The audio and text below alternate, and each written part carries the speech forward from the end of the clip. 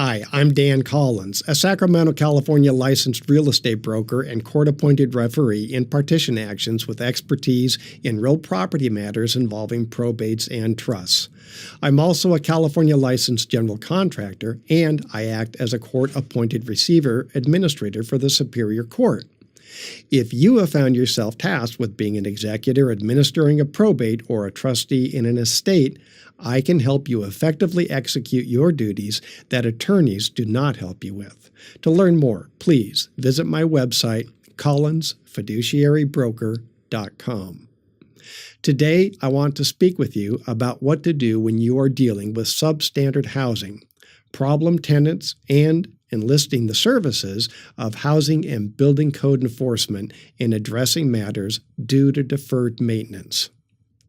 While serving as a court-appointed receiver, administrator in 2009 during the Great Recession, I employed the use of local police departments and building code enforcement departments to help me evict problem tenants from large apartment projects.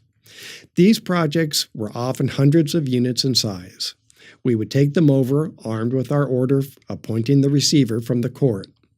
Because these problem tenants I was forced to deal with when taking over an apartment complex were also known to local police and code enforcement officers as criminals, they were always very helpful in my efforts to rid projects of the worst gang members and drug dealers I needed to evict in order to stabilize the project for law-abiding residents.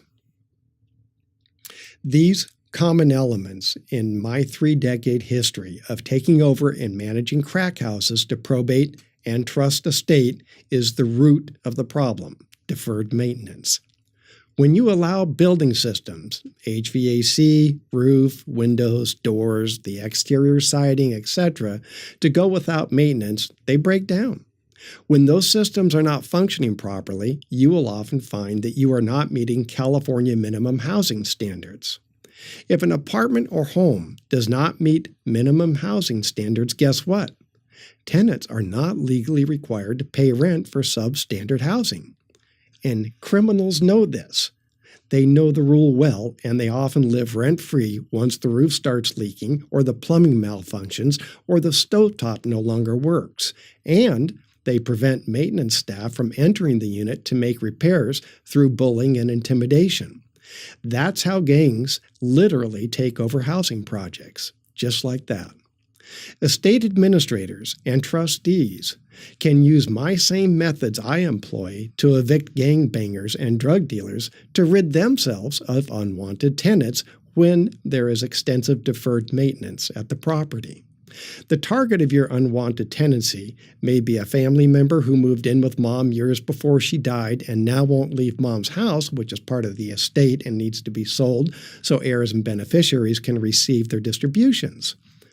If the house or apartment has a lot of deferred maintenance, which is very common in property owned by the elderly, who need more income at the end of their life to take care of health issues than they do have money to take care of their properties.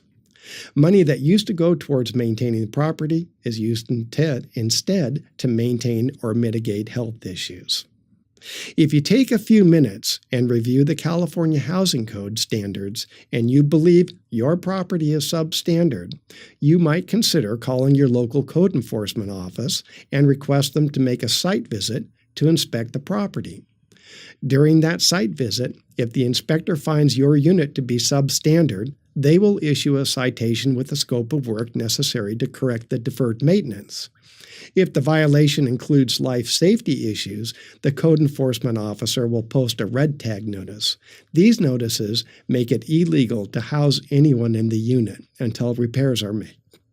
That forces the unwanted tenant to move out. This process, when employed, comes with both risks and rewards. The risk is you are exposing the property to code enforcement, who will open a case if they find substandard housing issues. The reward is when substandard or even life safety issues exist, it can greatly reduce the time and effort to evict unwanted tenants. You may be obligated to obtain a motel or other temporary housing for your tenant to help them transition, but after you get your tenant out, you better be prepared to make the corrections or quickly sell the property to someone who can make the necessary repairs. Otherwise, code enforcement may seek police power remedies to make corrections to your property and bill you for it.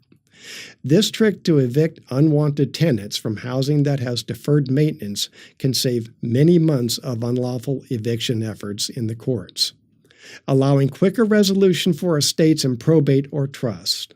My name is Dan Collins. I act as a fiduciary broker in probates and trusts that involve real property assets. To learn more, please visit my website, collinsfiduciarybroker.com. Thank you for joining me today.